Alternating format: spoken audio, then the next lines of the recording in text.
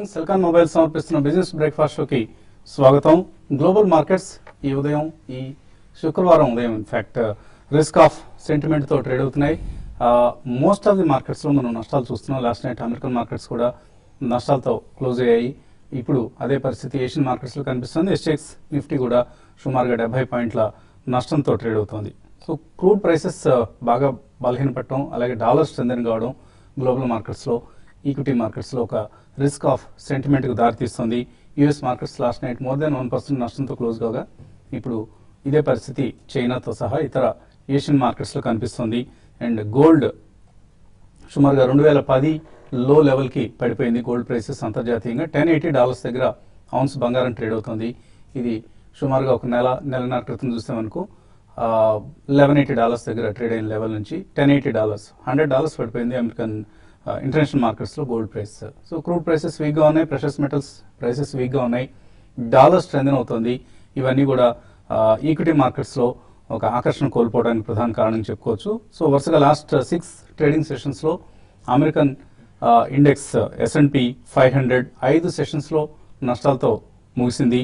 So అక్కడి వడ్డీ రేట్ల పెంపుదలకు రంగం సిద్ధమవుతోంది. డిసెంబర్లో అన్న వార్తలు కొంత ఈక్విటీ మార్కెట్స్ లో ఒడిదుడుకులకు ప్రధాన కారణంగా చెప్పుకోవచ్చు. సో ఇటు ఇండియన్ ఎకానమీ పరిస్థితికి వచ్చినా కూడా రికవరీ సందిగ్ధంగా ఉంది. ఇండస్ట్రియల్ గ్రోత్ సెప్టెంబర్ నెల ఐఐపి నెంబర్స్ 4 నెలల కనిష్ట స్థాయి దగ్గర నమోదైతే అక్టోబర్ నెల ఇన్ఫ్లేషన్ డేటా దీనికి విరుద్ధంగా 3.6% 5% కి పెరిగింది. సెప్టెంబర్లో మనం చూసిన 4.4% నుంచి. సో ఇన్ఫ్లేషన్ పెరిగింది, ఐఐపి గ్రోత్ తగ్గింది. రెండు కూడా ఎకానమీకి సంబంధించి డబుల్ వ్యామీగా అంటారు. Double whammy developments. ఇన్ఫ్లేషన్ ప్రధానంగా పెరగడానికి ఆఫ్కోర్స్ మనందరికీ తెలిసిందే, కందిపప్పు, మినపప్పు ఇటువంటి ఫుడ్ ప్రైసెస్ ధరలు బాగా పెరిగాయి. షుగర్ ప్రైసెస్ 10% పెరిగాయి. కందిపప్పు లాంటివి అయితే లాస్ట్ 1 year లో 42% రేట్ పెరగడం చూస్తున్నాం. సో ఇదంతా కూడా అక్టోబర్ నెల సిపిఐ డేటా 5% కంటే ఎక్కువ రావడానికి కారణంగా చెప్పుకోవచ్చు. సో రాబోయే రోజుల్లో ఇన్ఫ్లేషన్ మరింతగా పెరుగుతూ ఉంటే గ్రోత్ రేట్ కొంత తగ్గుముఖం పడుతుంది. అండ్ ఓవరాల్గా ఎకానమీకి సంబంధించి అది ప్రతికూల డెవలప్మెంట్గా మనం భావించాల్సి ఉంటుంది. ఈ నేపథ్యంలో మార్కెట్స్ ఇవాళ నెగిటివ్గా ఓపెన్ కాబోతున్నాయి. మనం ముహూర్త్ ట్రేడింగ్ రోజు కొద్దిగా లాభపడటం చూసాం, బట్ అది టోకెన్ ట్రేడింగ్. సో ఆ రోజు ఏదో నామమాత్రం ట్రేడింగ్ జరుగుతుంది. సో ఆ రోజు నమోదైన 7825 ఏదైతే ఉందో దాన్ని మనం సీరియస్గా తీసుకొని అవసరం లేదు. మార్కెట్స్ ఇవాళ ఆ రోజు ట్రేడ్స్ రివర్స్ చేస్తూ నెగిటివ్గా ప్రారంభం కాబోతున్నాయి. మేబీ 7750 లాంటి లెవెల్స్ను మనం టెస్ట్ చేసే అవకాశం కనిపిస్తుంది. ఎస్టెక్స్ నిఫ్టీ ఇప్పుడు 7759 దగ్గర ట్రేడ్ అవుతోంది. అండ్ ఒకవేళ 7770 కనుక బ్రేక్ చేసి నిఫ్టీ కిందకి వెళ్ళడం అంటూ జరిగితే మళ్ళీ మనం సెప్టెంబర్ లోస్ ఏవైతే చూసాం 7540 అటువంటి లెవెల్స్కి తగ్గే ఛాన్స్ కనిపిస్తుంది. సో 7500 దిగువకు వెళ్తుందా లేదా అన్నది మాత్రం ప్రస్తుతానికి ఇంకా మనకు ప్రశ్నార్థకం. బట్ సమీప భవిష్యత్తులో ఈ సెప్టెంబర్ లోస్ మళ్ళీ టెస్ట్ చేసే అవకాశం ఉంది. మార్కెట్స్ పరంగా చూస్తే నిఫ్టీ కావచ్చు, సెన్సెక్స్ కావచ్చు, ఇతర ఈవెన్ మిడ్ క్యాప్ స్టాక్స్ కూడా కొంత కరెక్షన్కి లోనే అవకాశం ఉంది. సో చాలా చాలా కేర్ఫుల్గా ఉండాల్సిన సమయం. మనం పదే ఈ మధ్య చెప్పుకుంటూ ఉన్నాం, కేర్ఫుల్గా ఉండండి, ఎటువంటి రిస్క్ తీసుకునే ప్రయత్నాలు చేయొద్దు. అండ్ మిడ్ అండ్ స్మాల్ క్యాప్స్లో కేర్ఫుల్గా ఉండమని మనం పదే చెప్తూ వస్తున్న విషయం తెలిసిందే అందరికీ. అలాగే ఇవాళ ప్రధానమైన ఒక డెవలప్మెంట్ MSCI ఇండెక్స్ అంటాం. So Morgan Stanley country index, దీనిలో ఇది ఎక్కువగా గ్లోబల్ ఇన్వెస్టర్స్ ఫాలో అయ్యే ఇండెక్స్ ఇవి. సో ఎందుకు ఇండిసెస్ మనం ఇందులో మార్పులు చేర్పులు జరుగుతుంటాయి. ఇవాళ తాజాగా ఈ ఇండెక్స్లో మార్పులు చేస్తున్నట్లుగా ప్రకటించారు. సో స్మాల్ క్యాప్ ఇండెక్స్లో సుమారుగా 12 కంపెనీస్ ఇండెక్స్ సంబంధించిన MSCI ఇండెక్స్లో 12 స్మాల్ క్యాప్ స్టాక్స్ను తొలగించి 24 కొత్త స్టాక్స్ని యాడ్ చేశారు. So Religare, Torrent pharma, Aban offshore, Amtek auto, Maharashtra seamless ఇటువంటి కంపెనీస్ని తీసివేసి Mahindra holidays, Ricoh India, Sun TV, Sequent scientific, VRL logistics, Indocount, HSIL, Force Motors, అలాగే CCL ప్రొడక్ట్స్, ఎస్కార్ట్స్ ఇటువంటి స్టాక్స్ను ఇంక్లూడ్ చేయడం జరిగింది. సో కొద్దిగా ఈ చేంజెస్ మనం గమనిస్తుండాలి. Even India bulls housing finance, Shree cements లాంటివి కూడా ఇండియా డొమెస్టిక్ ఇండెక్స్కు యాడ్ చేయడం జరిగింది. ఇటువంటి మార్పులను గమనించాలి. ఎందుకంటే passive institutional investors, foreign institutional ఎవరైతే ఉంటారో వాళ్ళు ఏం చేస్తారంటే ఎప్పటికప్పుడు యాక్టివ్గా పోర్ట్ఫోలియోస్ని చర్న్ చేయడం ఎందుకు, ఈ ఇండెక్స్ సంబంధించిన స్టాక్స్లో ఇన్వెస్ట్ చేసి కూర్చుందాం. సో దట్ మనకు ఆ ఇండెక్స్ రిలేటెడ్ మూవ్మెంట్స్ వచ్చినప్పుడల్లా మన స్టాక్స్ కూడా మూవ్ అవుతూ ఉంటాయి అనే ఉద్దేశంతో ప్యాసివ్ ఇన్వెస్టర్స్ తమ ఎలొకేషన్స్ని ఈ స్టాక్స్కి చేస్తూ ఉంటారు, ఈ స్టాక్స్లో ఇన్వెస్ట్ చేస్తూ ఉంటారు. కాబట్టి ఇండెక్స్ నుంచి తొలగించిన స్టాక్స్కు కొంత నెగిటివ్గా, ఇండెక్స్లో యాడ్ అయిన స్టాక్స్ కొంత పాజిటివ్గా ఉండే అవకాశం ఉంటుంది. కాబట్టి మార్కెట్స్ పరిస్థితి గురించి మాట్లాడేందుకు కొంత అనలిస్ట్ సిద్ధంగా ఉన్నారు. సో ఇవాటి ట్రేడింగ్, ఇవాళ of course 1 day trading and truncated week ఇది. నిఫ్టీ ఓపెనింగ్ మాత్రం నెగిటివ్గా ఉండే అవకాశం కనిపిస్తుంది. ఎటువంటి టెక్నికల్ ఇష్యూస్ మీకు కనిపిస్తున్నాయి? ప్రాబ్లీ మొన్నటి లో ఏదైతే ఉందో 7772 దాని కిందనే గ్యాప్ డౌన్ ఓపెనింగ్ మనం చూస్తున్నాం సింగపూర్ నిఫ్టీ ఇండికేషన్. సో దీన్ని బట్టి ప్రాబ్లీ ఒక డౌన్ సైడ్ మళ్ళీ ఫర్దర్ వెళ్ళే ఛాన్స్ ఉంది. సో లాస్ట్ మంత్ లో ఏదైతే ఉందో 7691 అనేది ఒక క్రూషియల్ సపోర్ట్ ఉంటుంది. సో మంత్లీ చార్ట్ చూస్తే కనుక అండ్ 7691 బ్రేక్ అవుతే ప్రాబ్లీ ప్రీవియస్ స్వింగ్ లో 3 month లో ఏదైతే ఉందో 7540 అనేది మనకి డెఫినెట్ గా చూస్తున్నాం. బట్ పుల్ బ్యాక్ ర్యాలీస్ లో మనకి సెల్లింగ్ చాలా వచ్చే అవకాశం ఉంది. 7986 అనేది మనకి 100-day మూవింగ్ యావరేజ్, అక్కడ గట్టి సెల్లింగ్ ఉండే అవకాశం ఉంది. అదేవిధంగా 8101 20-day మూవింగ్ యావరేజ్. సో ఈ రెండు కూడా మనకి గట్టి రెసిస్టెన్స్ పాయింట్స్ అవుతాయి. సో ఈ స్టేజ్ లో సెల్ ఆన్ ర్యాలీస్ గా మనం చెప్పుకోవచ్చు. అదేవిధంగా మనకి 2014 జూలైలో 7422 అనేది ఒక క్రూషియల్ సపోర్ట్ గా మనం ఇప్పుడు చూస్తాం. సో ప్రాబ్లీ అది బ్రేక్ అయ్యే ఛాన్స్ అయితే కనిపించలేదు as of now, probably another 1 quarter లో. సో 7440 వచ్చే ముందు మేబీ 8100 వచ్చే ఛాన్స్ ఉంది. పుల్ బ్యాక్ వస్తే మార్కెట్ అక్కడ డెఫినెట్లీ లాంగ్ పొజిషన్స్ ఎగ్జిట్ అవ్వాలి. అదేవిధంగా ఫ్రెష్ పొజిషన్స్ ఏం తీసుకోకూడదు, మేబీ బాటమ్ ఫిషింగ్ కూడా అటెంప్ట్ చేయకూడదు ఈ స్టేజ్ లో. నిఫ్టీని క్రూషియల్ గా 7540 ఏదైతే 3 month లో ఉందో అక్కడికి వచ్చేదాకా వెయిట్ చేయాలి మనం. మేబీ అక్కడ అటెంప్ట్ చేయొచ్చు with 30 to 40 points as stop loss. అదేవిధంగా బ్యాంక్ నిఫ్టీ చూస్తే కనుక మనకి ఈ వారం లో ఏదైతే ఉందో 16,587. సో దాని కిందకు వచ్చిందంటే ప్రాబ్లీ అక్కడి నుంచి ఒక 300 to 400 points కరెక్ట్ అయ్యే ఛాన్స్ ఉంది. అదేవిధంగా 17,439 అంటే ఇక్కడ నుంచి ఒక 500 points అప్ సైడ్ లో ఒక గట్టి రెసిస్టెన్స్ ఉండే ఛాన్స్ ఉంది. సో ఈవెన్ బ్యాంక్ నిఫ్టీ కూడా కంప్లీట్ అవాయిడ్ చేయాలి. మేబీ 16,000 ఆ లెవెల్ వస్తే అక్కడ లాంగ్ అటెంప్ట్ చేయొచ్చు with 50 to 100 points as stop loss.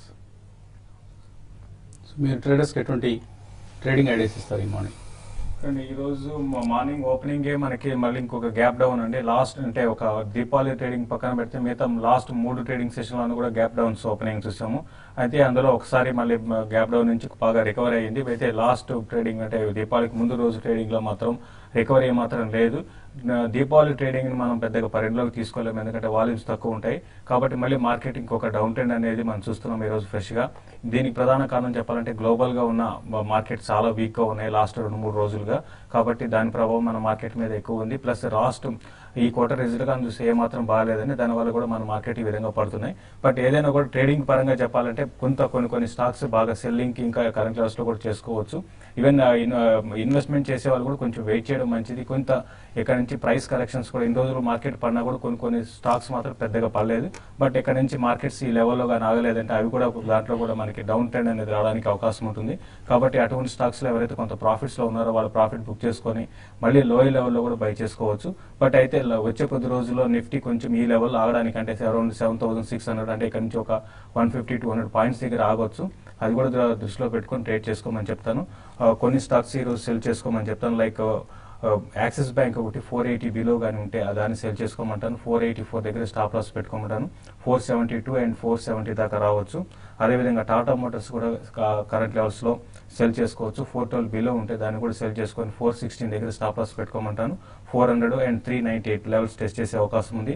అయితే కొన్ని బయింగ్ కూడా ఇనిషియేట్ చేసుకోవచ్చు కరెంట్ లెవెల్స్ నుంచి. లైక్ డాక్టర్ రెడ్డి గారిని చూస్తే కంప్లీట్ గా ఓవర్ సోల్డ్ లో ఉంది. కాబట్టి దాన్ని లోయర్ లెవెల్లో బై చేసుకోమని చెప్తాను. 3340 ఆ లెవెల్కి వచ్చినప్పుడు బై చేసుకొని 3320 దగ్గర స్టాప్ లాస్ పెట్టుకొని జస్ట్ 1 or 2 days కోసం పొజిషనల్ ట్రేడర్స్ బై చేసుకోమంటాను. తర్వాత హెచ్డిఎఫ్సి బ్యాంక్ కూడా 1055 పైన సస్టైన్ కాగలిగితే 1040 దగ్గర స్టాప్ లాస్ పెట్టుకొని దాన్ని కూడా బై చేసుకోవచ్చు. 1060 and 1068 నెక్స్ట్ 1 or 2 days లో రావడానికి అవకాశం ఉంది. తర్వాత బ్యాంక్ నిఫ్టీ విషయానికి వస్తే 16,800 దగ్గర ఒక మైనర్ సపోర్ట్ ఉంది. అది కానీ బ్రేక్ అయిందంటే 16,650 దాకా రావచ్చు. బట్ ఉన్న వాటిలో కొంచెం స్ట్రాంగ్ ఉందంటే బ్యాంక్ నిఫ్టీ. కాబట్టి బ్యాంక్ నిఫ్టీని కొంచెం లోయర్ లెవెల్లో బై చేసుకోవచ్చు. మిగతా అన్ని స్టాక్స్ అన్ని సెక్టర్లు కూడా సెల్ అండ్ ర్యాలీస్ అని చెప్పొచ్చు అండి. సో ఇటువంటి మ్యూచువల్ ఫండ్ స్కీమ్స్ వాళ్ళు రికమెండ్ చేస్తారు. ఇవాళ మనము multi cap fund Franklin India Prima plus గురించి మాట్లాడుకుంటామండి. అండ్ ఇది 1994లో స్టార్ట్ అయిన ఫండ్. సో 21 లాంగ్ రికార్డ్ ఉన్న company, mutual fund. And performance has been very good. Nifty 500కి బెంచ్ మార్క్ అయి ఉన్న fund. So multi cap fund అంటే టాప్ 500 కంపెనీస్ ఏమైతే ఉంటాయో అందులో ఇన్వెస్ట్మెంట్ చేస్తుంది. సో టాప్ 500 కంపెనీస్లో ఇన్వెస్ట్మెంట్ చేయడం వల్ల ఎటువంటి మార్కెట్ క్యాప్ బయాస్ కానీ అండ్ ఎటువంటి సెక్టోరియల్ బయాస్ కానీ లేకుండా ఇన్వెస్ట్మెంట్ చేయబడుతుంది.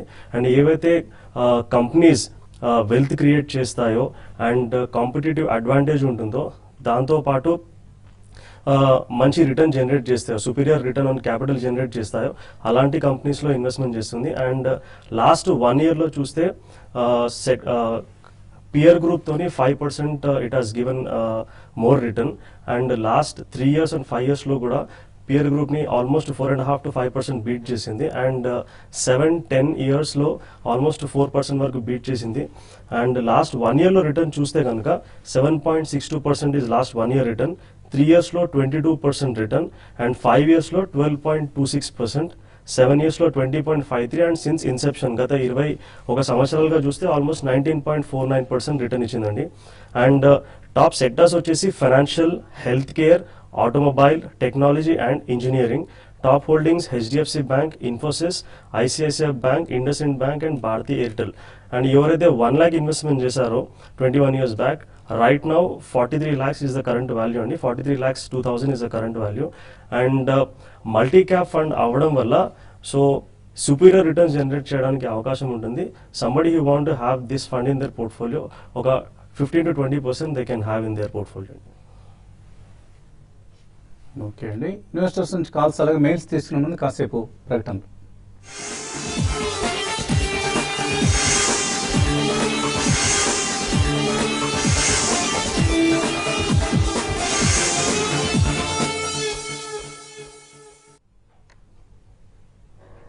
సిర్కాన్ మొబైల్ సమర్పిస్తున్న బిజినెస్ బ్రేక్ఫాస్ట్ షోకి తిరిగి స్వాగతం. ఎస్ఎక్స్ నిఫ్టీ 64 పాయింట్ల నష్టంతో 7762 దగ్గర ట్రేడ్ అవుతోంది. ఒక వీక్ ఓపెనింగ్ కోసం ఇండియన్ మార్కెట్స్ సిద్ధమవుతున్నాయి.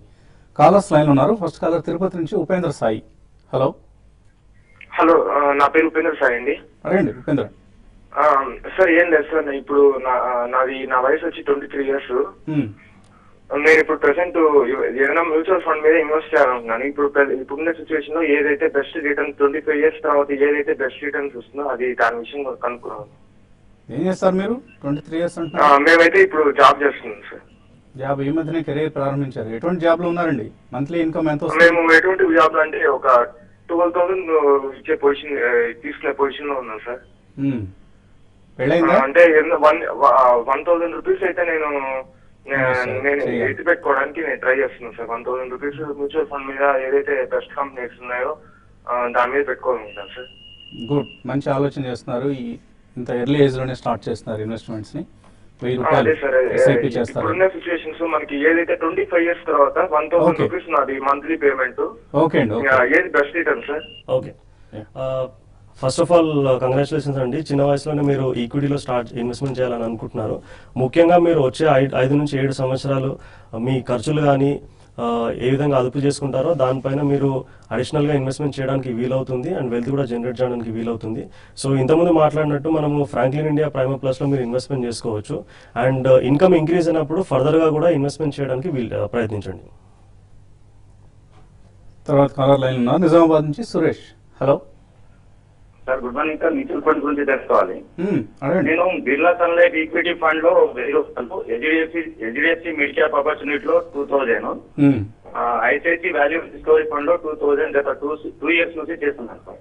ఓకే, అయితే నాకు పెద్దగా రిటర్న్స్ కనబడట్లేదు సార్. నాకు మొత్తం చూస్తే 2% హెచ్ఐఆర్ ఉంది యాన్యువలైజర్. ఓకే, లేకపోతే దీని నుంచి స్విచ్ అవ్వమంటారా లేకపోతే దీనిలోనే కంటిన్యూ చేయమంటారా? లేదండి, మీరు తీసుకున్న ఫండ్స్ అన్ని కూడా మంచిగా పర్ఫామ్ చేసే ఫండ్స్. జనరల్గా మనం ఈక్విటీలో ఇన్వెస్ట్మెంట్ చేసినప్పుడు అట్లీస్ట్ మనం ఒక 4 to 5 years టైం ఫ్రేమ్ ఇవ్వాలండి ఫండ్స్ పర్ఫామ్ చేయడానికి. అండ్ దాంతోపాటు మనం ప్రతి సంవత్సరం రివ్యూ కూడా ఖచ్చితంగా చేసుకోవాలి. సో గత 1 yearగా మనం చూస్తే markets are almost flat or little bit negative. అందుకోసమే మీకు పెద్దగా రిటర్న్ చూడట్లేదు. ఎందుకంటే ఎస్ఐపి ద్వారా ఇన్వెస్ట్మెంట్ చేశారు కాబట్టి మార్చ్లో మనం చూసినట్టయితే మనకు ఇండెక్స్ ఆల్మోస్ట్ 30,000 లెవెల్స్లో ఉండేది. సో మీరు అక్కడ నుంచి మనం ఆల్మోస్ట్ 16-17% కరెక్షన్ అయింది కాబట్టి మీరు హయ్యర్ లెవెల్స్లో లాస్ట్ 7-8 months ఎస్ఐపి ఏమైతే ఉందో హయ్యర్ లెవెల్స్లో ఇన్వెస్ట్మెంట్ చేశారు. దానిపైన మీకు నెగిటివ్ రిటర్న్స్ కనబడుతున్నాయి కాబట్టి ఓవరాల్గా రిటర్న్స్ మీకు తక్కువగా అనిపిస్తున్నాయి. ఆ ఫండ్స్ కంటిన్యూ చేసుకోండి. కుమార్ విజయవాడ నుంచి లైన్లో ఉన్నారు. Hello hello sir, good morning. Present అయితే జేకే పేపర్ బై చేయొచ్చు సార్. జేకే పేపర్ కొంటారట, కొనుక్కోవచ్చు. జేకే పేపర్ విషయానికి వస్తే రీసెంట్ డేస్ లో బాగా మనకి 30 రూపీస్ 28 లెవెల్స్ నుంచి 43 రూపీస్ దాకా వచ్చిందండి. అయితే పేపర్ ఇండస్ట్రీ మొత్తంగా చూస్తే ఓవరాల్ గా లాస్ట్ క్వార్టర్ రిజల్ట్ బాగున్నాయి, మళ్ళీ ఈ క్వార్టర్ కొంత బాగలేదండి. బట్ లాంగ్ టర్మ్ కోసం డెఫినెట్ గా దీన్ని బై చేసుకోవచ్చు. అయితే కొంచెం కరెక్షన్స్ లో బై చేసుకోండి, మార్కెట్స్ కూడా వీక్ ఉన్నాయి కాబట్టి మీరు లాంగ్ టర్మ్ కోసం దీన్ని కన్సిడర్ చేయొచ్చు. లాంగ్ టర్మ్ బయింగ్ కోసం అరౌండ్ 42 కానీ బ్రేక్ అయిందంటే కొంచెం 38 ఆ లెవెల్స్ దాకా రావచ్చు, అక్కడ మీరు బయింగ్ ఇనిషియేట్ చేయమని చెప్తారండి. విజయనగరం నుంచి సోమినాయుడు లైన్ ఉన్నారు. హలో, గుడ్ మార్నింగ్ వసంత్ గారు. మార్నింగ్ అండి, అడగండి. స్టాక్ వచ్చింది సార్ ఒక 1 వీక్ బ్యాక్. మ్మ్. ఒక మంచి స్టాక్ రికమెండ్ చేయండి సార్ లాంగ్ టర్మ్. మంచి స్టాక్ అంటే మీరు మన దీపావళి రికమెండేషన్స్ చూసారా? అంటే చూడడం అవ్వలేదండి కొంచెం. అవలేదా? ఇప్పుడు వేస్తారు, పక్కనే డిస్ప్లే చేస్తారు. ఈ మ్యూచువల్ ఫండ్స్ తీసేసి ఆ ముహూర్త రికమెండేషన్స్ ఇవ్వండి. సో ఆ రికమెండేషన్స్ లాంగ్ టర్మ్ కోసం మన అనలిస్ట్ ఇచ్చిన రికమెండేషన్స్ మన దీపావళి రోజు ఆ రికమెండేషన్స్ లోంచి మీకు ఇష్టం వచ్చిన స్టాక్ని పిక్ చేసుకోండి. చాలా స్టాక్స్ ఉన్నాయి, సో అందులోంచి ఒక స్టాక్ మీరు పిక్ చేసుకోవచ్చు. They are all for long term and not just for 1 year. తర్వాత వైజాగ్ నుంచి కృష్ణ లైన్లో ఉన్నారు. హలో కృష్ణ, అడగండి. సార్ గుడ్ మార్నింగ్ సార్, నా పేరు కృష్ణ అండి, వైజాగ్ నుంచి. మార్నింగ్, అడగండి. సార్ యాక్చువల్ గా ప్రతి మ్యూచువల్ ఫండ్ లోనే 80 కింద మనకి ట్యాక్స్ డిడక్షన్ ఉంటుందా? నెక్స్ట్ వన్ ఏంటంటే ఎస్బీఐ ఫార్మా మ్యూచువల్ ఫండ్ ఉంది కదండి, నాకు యాక్చువల్ గా క్రిసిల్ రేటింగ్ లేదు సార్, కానీ దాంట్లో మనం ఇన్వెస్ట్ చేయొచ్చా? ఓకే, రెండు డౌట్లు. దాని ఏంటంటే రిటర్న్స్ కొద్దిగా బాగున్నాయి కదా సార్, చాలా ఎక్కువ వస్తుంది. రిటర్న్స్ బాగున్నాయి, ఫార్మా స్టాక్స్ బాగా పెర్ఫార్మ్ చేస్తున్నాయి కాబట్టి రిటర్న్స్ బాగున్నాయి. రైట్.